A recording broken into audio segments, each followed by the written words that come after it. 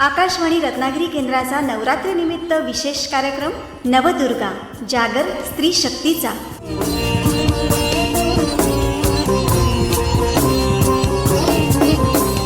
श्रोते हो नमस्कार. नवदुर्गा जागर स्त्री शक्तीचा या कार्यक्रमात मी रेडिओ सखी सुनेत्रा रेमणे आपलं मनापासून स्वागत करते.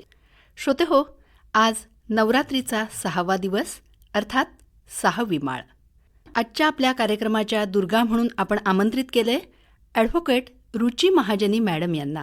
व्यवसायानं त्या वकील आहेत, तसंच योग प्रशिक्षिका देखील आहेत. शिवाय अनेक सामाजिक कार्यात त्या सक्रियपणे सहभागी असतात. एकंदरीतच त्यांचा सामाजिक कार्यातला सहभाग आज आपण नवदुर्गा जागर स्त्री शक्तीचा या कार्यक्रमामधून जाणून घेणार आहोत. मॅडम नमस्कार. कार्यक्रमात आपलं मनपूर्वक स्वागत. नमस्कार सुनेत्राताई. मॅडम, तुम्ही पेशानं वकील आहात आणि असं असताना महाजनी फाउंडेशनची स्थापना करावी असं नेमकं तुम्हाला का वाटलं? त्याचं असं झालं सुनेत्राताई, 2012 साली ॲडव्होकेट शिवप्रसाद महाजनी माझे पती यांचं आकस्मिक निधन झालं. ते आणि माझ्या ऑफिसमधल्या 2 सहकारी वकील. आणि मग त्यानंतर ओव्हरऑल म्हणजे संपूर्ण समाजामधनं जो काही मदतीचा ओघ आला. मदत म्हणजे प्रत्येक वेळेला आर्थिक मदतच अपेक्षित नसते. अनेक वेळेला अशा कुटुंबाला जो भावनिक आधार दिला जातो, तो जो आधार आमच्या कुटुंबाला समाजातनं मिळाला, वेगवेगळ्या स्तरातनं मिळाला, ते सगळं बघितल्यावर कुठेतरी वाटलं की अरे, आपणही समाजाचे काही देणं आहोत. बरोबर. आपलं जे काही देणं आहे ते फक्त आपल्या घरापुरतं,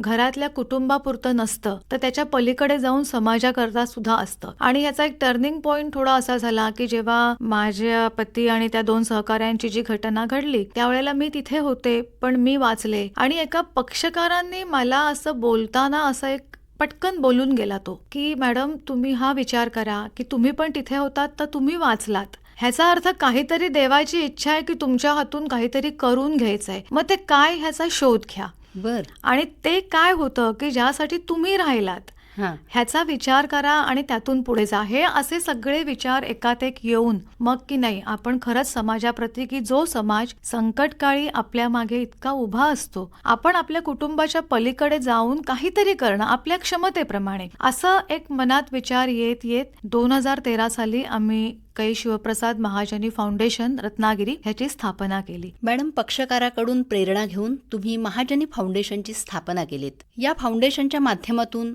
जे वेगवेगळे उपक्रम तुम्ही करता, त्याचं स्वरूप नेमकं कसं आहे? आता सुरुवात करताना पहिलं आमच्या ऑफिसमध्ये म्हणजे महाजनी असोसिएट मधले आमचे सगळे जे सहकारी आहेत, आम्ही असे एकत्र बसून की आपण काय करूया असं एक एक विचार करत गेलो. मग त्यामध्ये एक असं सुचवण्यात आलं की आपण एक मेडिकल इक्विपमेंट सेंटर, म्हणजे वैद्यकीय सेवा सुविधा ज्या असतात, त्याचं उपकरणं जी असतात त्याचं एक आपण सेंटर करूया. ते आम्ही सुरू केलं. त्याचं रूप असं आहे की वेगवेगळे जे फाउलर बेड, फोल्डिंग बेड वगैरे असतात किंवा व्हीलचेअर, कमोड चेअर यासारखी जी इक्विपमेंट्स लागतात, आजारी पडलं, कोणी पडलं की त्याला कुबड्या लागतात, ह्या अशा अनेक गोष्टी लागतात. पण त्या गोष्टी आपण प्रत्येक वेळेला विकत नाही आणत, कारण विकत आपल्याला पेशंटसाठी 2 महिने 4 महिने जास्तीत जास्त वर्षभर गरज असते. पण त्याच्यानंतर काय म्हणून, आणि त्याची किमतीही जास्त असतात. म्हणून मग आपण संस्थेकडनं त्या वस्तू आणल्या. प्रत्येक वर्षी आपण त्या वाढ करत गेलो आणि सुरुवातीला आपण प्रतिदिन 1 रुपया शुल्क आकारून आपण त्या भाड्याने देत होतो. म्हणजे अगदी नाममात्र शुल्क आहे. शुल्क नाममात्र. डिपॉझिट घेत होतो रिफंडेबल, कारण ती वस्तू परत आलीही पाहिजे. बरोबर. आणि शेवटी ट्रस्टमध्ये जो पैसा असतो, फाउंडेशनसाठी जो पैसा येतो, तो अनेक लोकांच्या देणगीतनं आलेला असतो. तो अशा प्रकारे कुठेतरी वायाही जाऊ द्यायचा नसतो. म्हणून आपण रिफंडेबल डिपॉझिट घेत होतो, अजूनही घेत आहोत. काही शुल्क जे 1 रुपया होतं ते मागच्या वर्षीपासून आपण 2 रुपये आणि काहीचं आपण 5 रुपये अशा पद्धतीने आजही आपला तो एक उपक्रम सुरू आहे. दुसरा उपक्रम आपण वर्षातनं एकदा ब्लड डोनेशन कॅम्प, तो आपण घेत होतो. फक्त कोरोना नंतर तो परत सुरू झाला नाहीये काही ना काही कारणाने. आणि तिसरा उपक्रम म्हणजे जे आपलं इथे विधी महाविद्यालय आहे, लॉ कॉलेज, तिथे ओपन कॅटेगरी मधले जे विद्यार्थी असतात त्यांना आपण स्कॉलरशिप एक ठराविक रक्कम त्यांना देतो. आणि पहिल्या आलेल्या मुलाचा 3ऱ्या वर्षाला जो पहिला येईल त्याचं एक प्रोत्साहन म्हणून त्याचा आपण सत्कार करून त्याला एक बक्षीस. पण खुल्या वर्गामध्ये स्कॉलरशिप द्यायचं कारण असं होतं की लॉ कॉलेजची फी सुद्धा खूप असते. बरोबर. आणि खुल्या वर्गातल्या मुलांना ती अडचण पडते की मी एवढी फी कुठून आणू. बरं, बरेच वेळा जेव्हा TY नंतर लोक 3 वर्षाचा अभ्यासक्रम करतात तेव्हा ऑलरेडी 21 वय झालेलं असतं. खरं. मग मुलांना असं वाटत असतं की एवढी फी माझ्या घरच्यांना परवडत नाहीये, मग मी ती उभी कशी करू, असे सगळे विचार आले. पुन्हा ज्यांच्यासाठी हे आम्ही फाउंडेशन सुरू केलं, शिवप्रसाद महाजनी, ते स्वतः व्यवसायाने वकील होते. त्यांचं सामाजिक काम खूप होतं, ते खूप वेगवेगळ्या ठिकाणी काम करत होते. म्हणून त्यांची आठवण म्हणून आम्ही विधी महाविद्यालय म्हणजे लॉ कॉलेजच्या मुलांना स्कॉलरशिप सुरू केली. असे एक एक उपक्रम आपले सुरू होत गेले. मग अजून कुठे काही बाबा पोलीस भरती आहे, सैन्य भरती आहे, मग त्यावेळेला कधी त्यांना जेवण द्यायचं असतं, सरबत द्यायचं असतं, असे जसं जसं मागणी, त्यावेळची एखादी गरज, असं बघून आपण उपक्रम करत होतो. आणि 2016 सालापासून आपण रामरोटी हा उपक्रम सुरू केला. बर मॅडम, तुम्ही राबवत असणाऱ्या विविध उपक्रमांविषयी, योजनांविषयी आम्हाला सांगितलं. रामरोटी योजना ही नेमकी काय आहे आणि या योजनेसाठी रामरोटी हेच नाव द्यावं असं तुम्हाला का वाटलं? आता रामरोटीच्या बद्दल पण मी परत तेच म्हणेन की अजून एक माझे पक्षकार आले होते. तर त्यांनी अशीच सगळी माहिती जाणून घेतली. माझ्या केबिनमध्ये सरांचा असलेला फोटो, प्रसाद सरांचा, बघितला वगैरे, आणि मग त्यांना कळलं. मग म्हणाले हे काय, फाउंडेशनची माहिती घेतली आणि पटकन ते बोलताना गेले की सगळ्यात मोठं दान हे अन्नदान असतं. ते हिंदी बोलतात, आहेत मराठी, पण ते अनेक वर्ष म्हणजे त्यांच्या जन्मापासून ते गुजरातमध्ये वगैरे राहिल्यामुळे, नाही ये सब तो ठीक है लेकिन अन्नदान के लिए क्या करते हो. तर मी म्हटलं नाही, असं तर काही करत नाही होत. नाही, कुछ तो शुरू करो, राम के नाम से कुछ शुरू करो.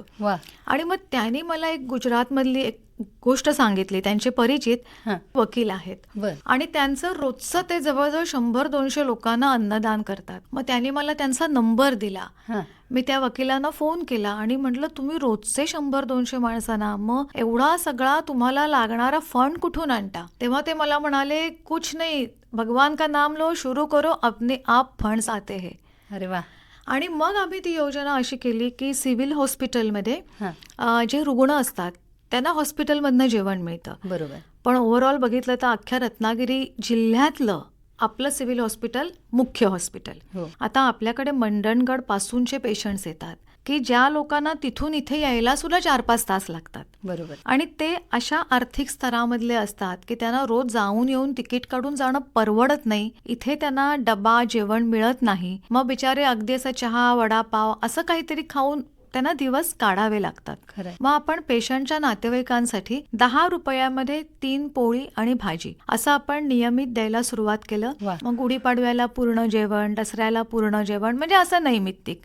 आणि त्यासाठी लोक आपल्याला डोनेशन देत गेली. आणि यासाठी अगदी मुद्दामून उल्लेख म्हणजे सुहास ठाकूर देसाई आणि कौस्तुभ सावंत हे जे मैत्री ग्रुपचे, ते दोघं अगदी पहिल्या दिवसापासून, म्हणजे मी ही योजना जेव्हा त्यांना बोलले तेव्हापासून ते माझ्या मागे उभे राहिले. आणि त्यांचा पूर्ण स्टाफ, म्हणजे त्यांचं कौतुक एवढ्यासाठीच की त्यांचं त्यावेळेला हे बनवायचे ते हर्षा हॉटेल जिथे आहे तिथे बनवून त्यांच्या स्टाफची मुलं व्यवस्थित 3 पोळ्यांचा रोल आणि एक ॲल्युमिनियम फॉईल कंटेनरमध्ये भाजी, हे आम्हाला ते सिव्हिल हॉस्पिटलमध्ये डिलिव्हरी आणून देत होते.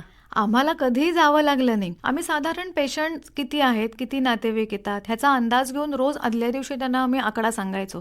उद्या 50 आणा, उद्या 100 आणा, कसं असेल त्याप्रमाणे. कधी आमच्याकडनं ऑर्डर द्यायची राहिली तर त्यांचा फोन यायचा, उद्याला किती पाकिटं पाठवायचे. म्हणजे इतक्या चांगल्या प्रकारे.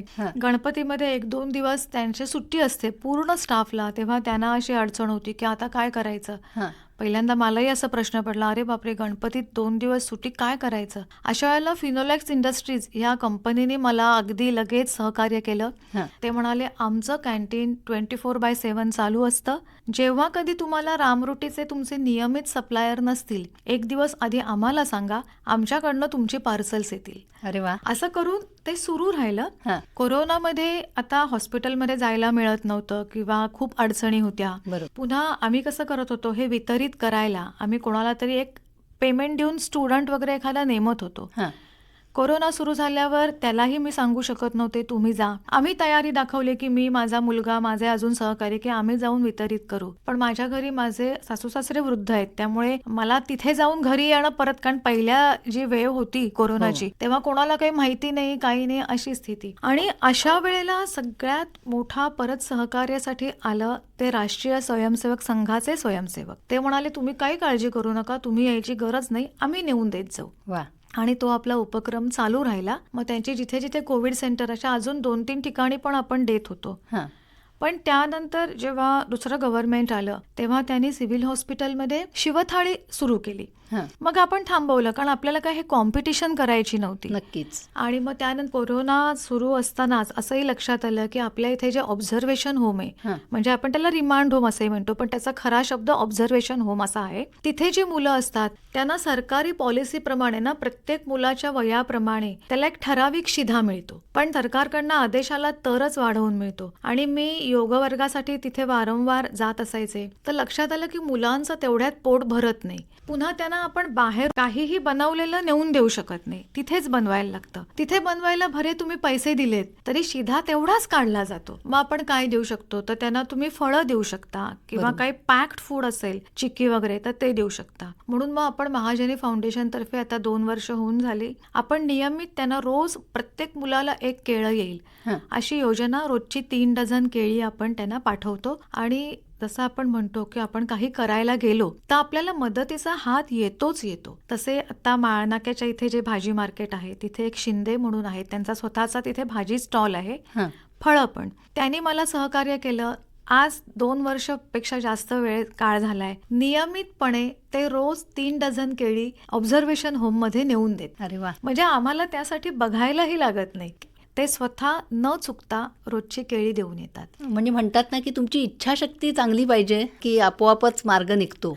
मार्ग निघतो आणि लोक तयार असतात मदत करायला. तुम्ही काहीतरी चांगलं करताय असं म्हटल्यावर आपणहून लोक मदत करायला येत असतात. आणि असे अनुभव ह्या क्षेत्रात आल्यावर अगदी वारंवार येत आहेत की खरंच काही अडत नाही, आपल्या मागे कोण ना कोणतरी उभं राहतच. वा. मॅडम, योग प्रशिक्षिका म्हणून सुद्धा एक वेगळं कार्य करताय, काय आहे नेमकं? आता 2013 साली जेव्हा आपण महाजनी फाउंडेशन सुरू केलं, हां. तेव्हा माझी अगदी जवळची मैत्रीण, ठाण्याची, म्हणजे माझी शाळेपासूनची मैत्रीण स्मिता कर्वे, ती म्हणाली की महाजनी फाउंडेशन कडनं आपण रत्नागिरीमध्ये विविध वर्गासाठी योग वर्ग घेऊ शकतो. वा. आणि डिसेंबर 2013 पासून ती आणि अजून एक मैत्रीण ज्योती कोटियन, अशा दोघी दरवर्षी 8 दिवस इथे यायच्या ठाण्याहून. बर. 8 दिवस इथे राहून आम्ही सकाळचा पहिला सामान्य लोकांसाठी 6चा वर्ग, तिथून कोर्टाच्या लिगल एडच्या मदतीने जेलमध्ये वर्ग, हां. मग तिथून कोर्टाच्याच मदतीने दुपारी मेंटल हॉस्पिटल, त्याच्यामध्ये आविष्कार शाळेमध्ये डॉक्टर उमा बेडीकर आहेत, त्यांच्या सहकार्याने आविष्कारमध्ये आम्हाला वर्ग घ्यायला परमिशन मिळत होती. परत संध्याकाळी आपल्या सामान्य लोकांसाठी, आणि त्यानंतर परत आपल्या ऑब्झर्वेशन होम, असे आम्ही दिवसाचे 6-7 वर्ग घेत होतो. वा. त्यातनं ती योगाबद्दलची आवड निर्माण झाली. मग ठाण्याचीच घंटाळी मित्रमंडळ आहे, त्यांच्याशी संपर्क वाढत गेला.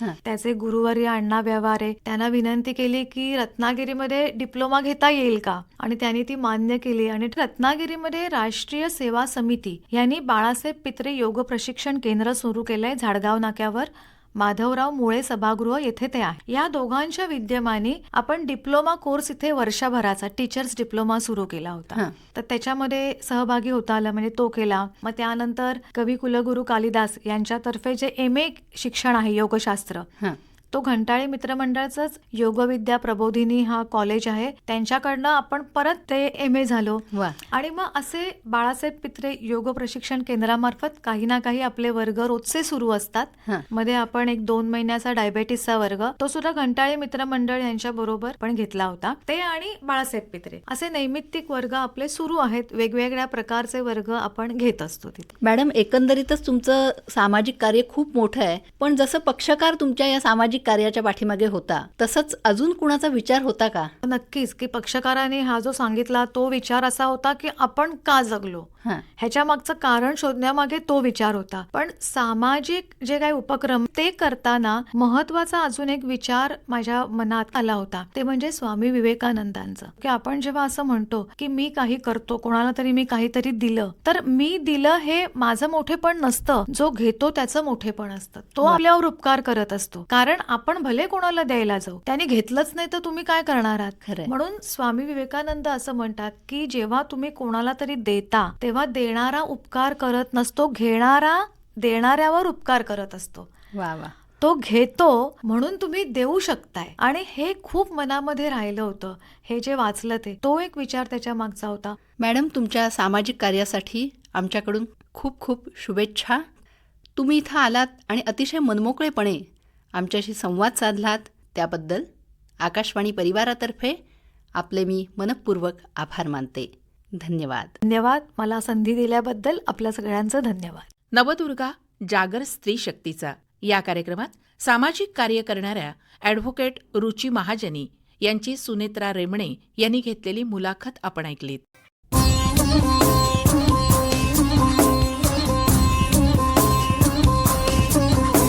आकाशवाणी रत्नागिरी केंद्राचा नवरात्रीनिमित्त विशेष कार्यक्रम नवदुर्गा जागर स्त्री शक्तीचा.